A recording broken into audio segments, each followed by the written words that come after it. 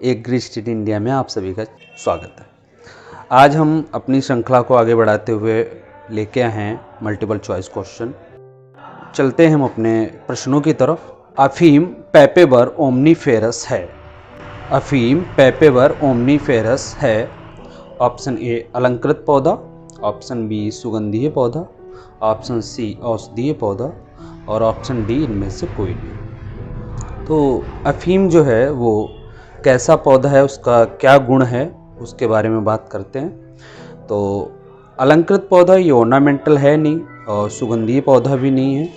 तो option C जो है औषधीय पौधा है, यानी इसका जो प्रयोग करते हैं वो हम औषधि के रूप में कहते हैं, या कभी कभी सस्य विज्ञान में इसको हम निषेचक फसलों के अंतर्गत भी रखते हैं। ये जो है निषेचक फसलों के अंतर्गत भी आते हैं। चलते हैं अगले प्रश्नों की तरफ। राष्ट्रीय अंगूर अनुसंधान केंद्र स्थित है।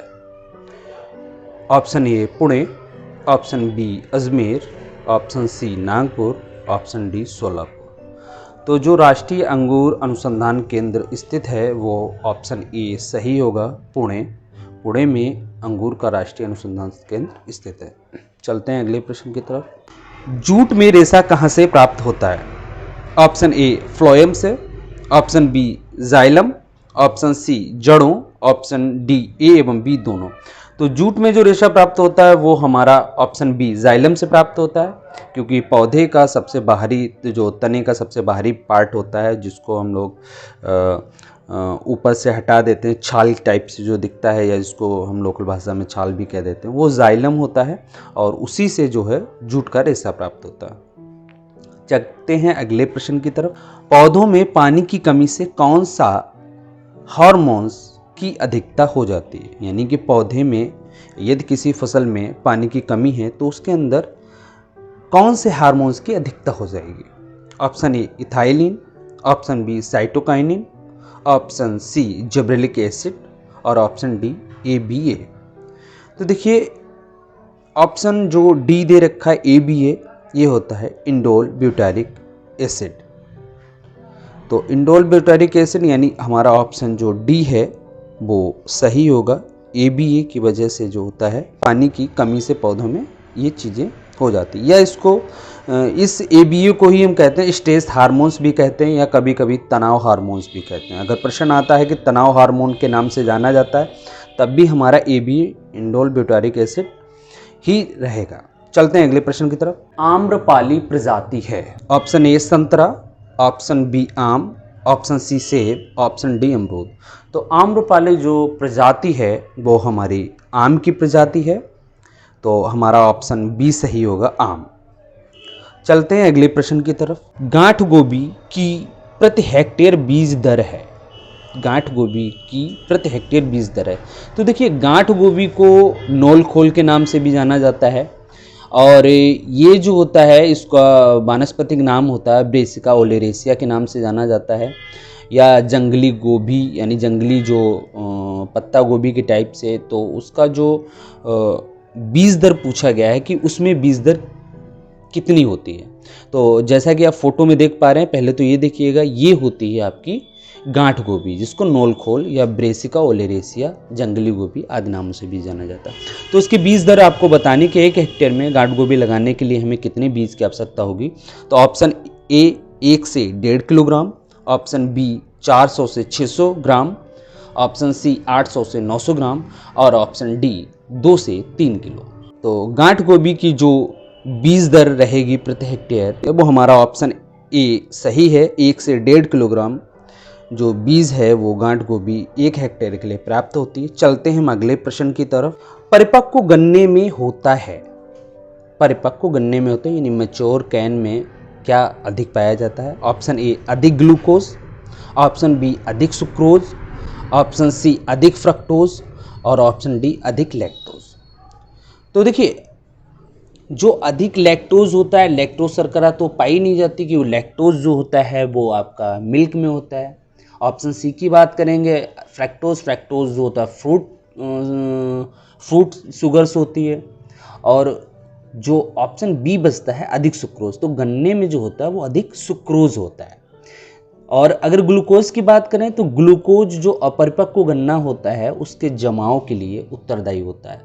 इसीलिए कहा जाता है कि गन्ने का 1/3 पार्ट जो है, ऊपर से 1/3 पार्ट हमको बुआई करनी चाहिए, क्योंकि उसमें सबसे ज़्यादा ग्लूकोज की मात्रा होती है जिससे कि जमाव होता है।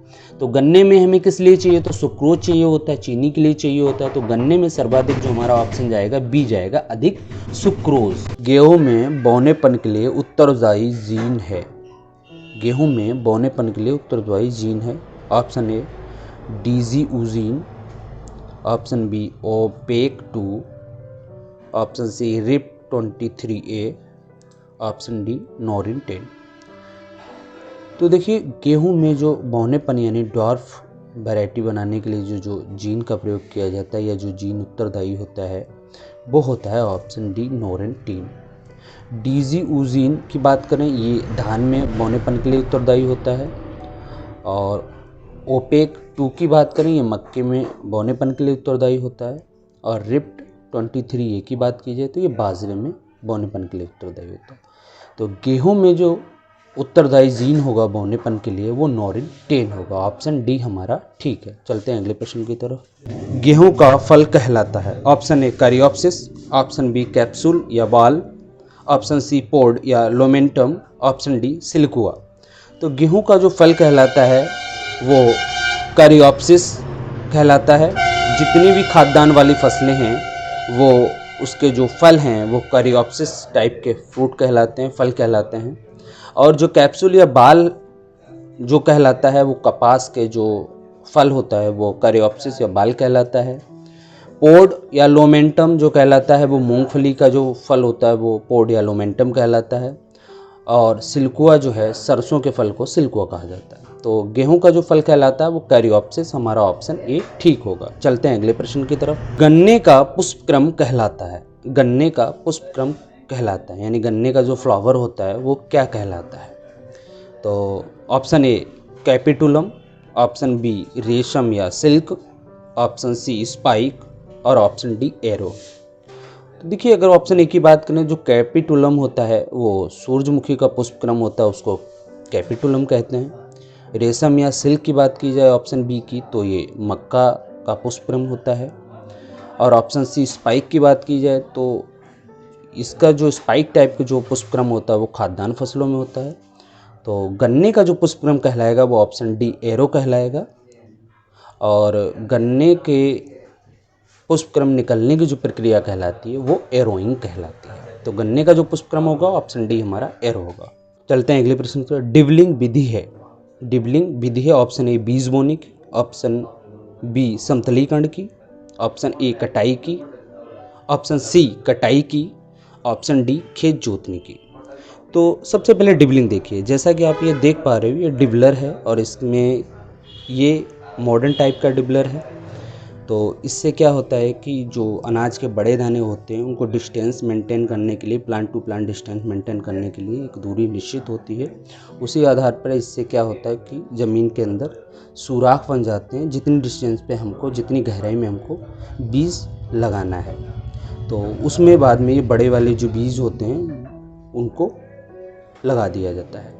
तो डिवलिंग जो होता है वो बीज बोने की विधि है। तो हमारा ऑप्शन ए सही जाएगा, बीज बोने की। चलते हैं अगले प्रश्न की तरफ। किस फसल में टिलर्स का निर्माण नहीं होता है। किस फसल में टिलर्स का निर्माण नहीं होता है।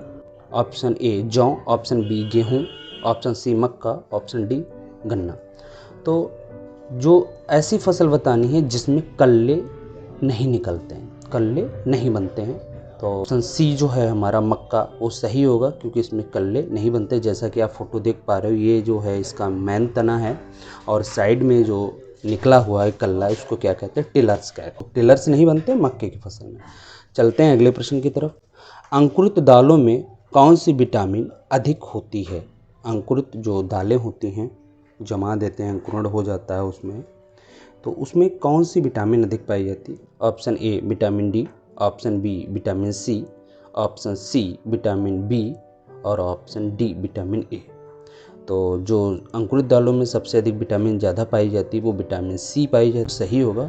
और विटामिन सी के बारे में बताना चाहेंगे कि ये जो विटामिन होती है वो शरीर के अंदर स्वयं नहीं बनती है, तथा इसकी एक स्पेशलिटी ये होती है कि उच्च ताप पर ये नष्ट भी हो जाती है। चलते हैं अगले प्रश्न की तरफ। मृदा का रंग किसके द्वारा मापा जाता है? Option A anemometer, option B wind vane, option C Munsell रंग चार्ट और ऑप्शन डी इनमें से कोई नहीं। तो मृदा का रंग नापने के लिए जो प्रयोग किए जाते हैं वो मुसेल रंग चार्ट का प्रयोग किया जाता है। इसके आधार पर हमें पता चलता है मृदा का रंग किस रंग का है या किस प्रकार की मृदा का रंग ऐसा होता है। और ये दो ऑप्शन एक की बात करें एनेमोमीटर की, तो इससे वायु की गति नापी जाती है। ऑप्शन बी की बात करें बिंडवेन की, तो इससे वायु की दिशा का ज्ञान किया जाता है। तो हमारा ऑप्शन सी होगा, मुसेल रंग चार्ट द्वारा मृदा के रंग को मापा जाता है। चलते हैं अगले प्रश्न की तरफ। गेहूं का परीक्षण भार होता है? Option A 40 gram, option B 70 gram, option C 25 gram और ऑप्शन डी 22 ग्राम। देखिए, गेहूं का जो परीक्षण भार होता है यानी कि टेस्ट वेट, एक टेस्ट वेट होता है जिसमें 100 दानों का वजन किया जाता है, उसको परीक्षण भार या टेस्ट वेट कहते हैं। और 100 दानों के वजन को कहते हैं सीड इंडेक्स। तो 1000 दाने यानी कि परीक्षण भार के बारे में बात कर रहे हैं, तो गेहूं का जो परीक्षण भार होता है वो 40 ग्राम होता है। और 70 ग्राम जो होता है वो कपास के दानों का परीक्षण भार 70 ग्राम होता है। 25 ग्राम जो भार होता है वो सामान्य धान का 25 ग्राम होता है परीक्षण भार। और 22 ग्राम होता है जो बासमती धान होता है उसके दानों का जो परीक्षण भार होता है वो 22 ग्राम होता है। चलते हैं अगले प्रश्न की तरफ। सिरोही किस पशु की नस्ल है? सिरोही किस पशु की नस्ल है? ऑप्शन ए घोड़ा, ऑप्शन बी ऊंट, ऑप्शन सी भेड़ और ऑप्शन डी बकरी। तो देखिए, सिरोही जो पशु की नस्ल है वो बकरी की है, यानी कि हमारा ऑप्शन डी सही होगा। और ये मुख्यतः जो है राजस्थान में पाई जाती है। इसका नामकरण भी जो राजस्थान का एक ज़िला है सिरोही, उसके नाम पे रखा गया है, जैसा कि आप फोटो में देख पा रहे हैं। ये नस्ल होती है, ये सिरोही नस्ल होती है और इसका मूल स्थान जो है वो भारत के राजस्थान में है। तो आज की श्रृंखला यहीं पे समाप्त होती है। बने रहिएगा हमारे अगले वीडियो के लिए।